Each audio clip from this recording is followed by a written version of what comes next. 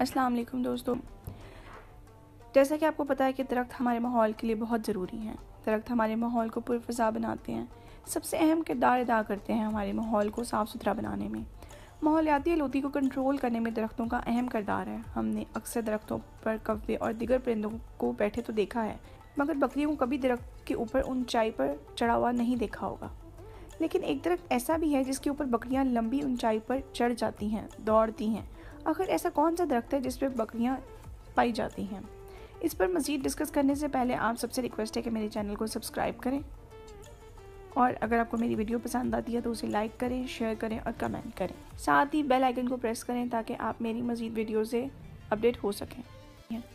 मराकश में ऑर्गन नामी फल का दरख्त पाया जाता है, जिसको खाने की बकरियां इतनी शौकीन हैं कि वो 8 से 10 मीटर बुलंदी पर चढ़ जाती हैं। ऑर्गन 8 से 10 मीटर बुलंद, जबकि 150 से 200 साल तक दराज उम्र दरख्त है।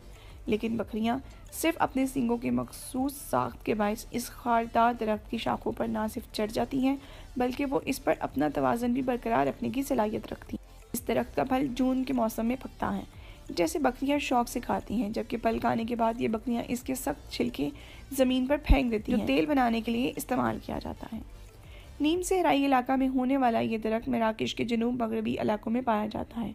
एक साल में पलने वाला इस दरख्त का फल तेल हासिल करने का अहम जरिया है, जबकि बकरियां ये फल खाकर इसके छिलके ज़मीन पर गिरा देती हैं, जिनमें मौजूद बीज से तेल निकाला जाता है। इस फल से निकलने वाला तेल इस इलाके में बहुत अहमियत का हामिल समझा जाता है। इंशाल्लाह मैं बहुत जल्द आपके लिए एक और अच्छी नई अहम मालूमात लेके आऊँगी, जो आपको बहुत पसंद आएगी। अल्लाह हाफ़िज़।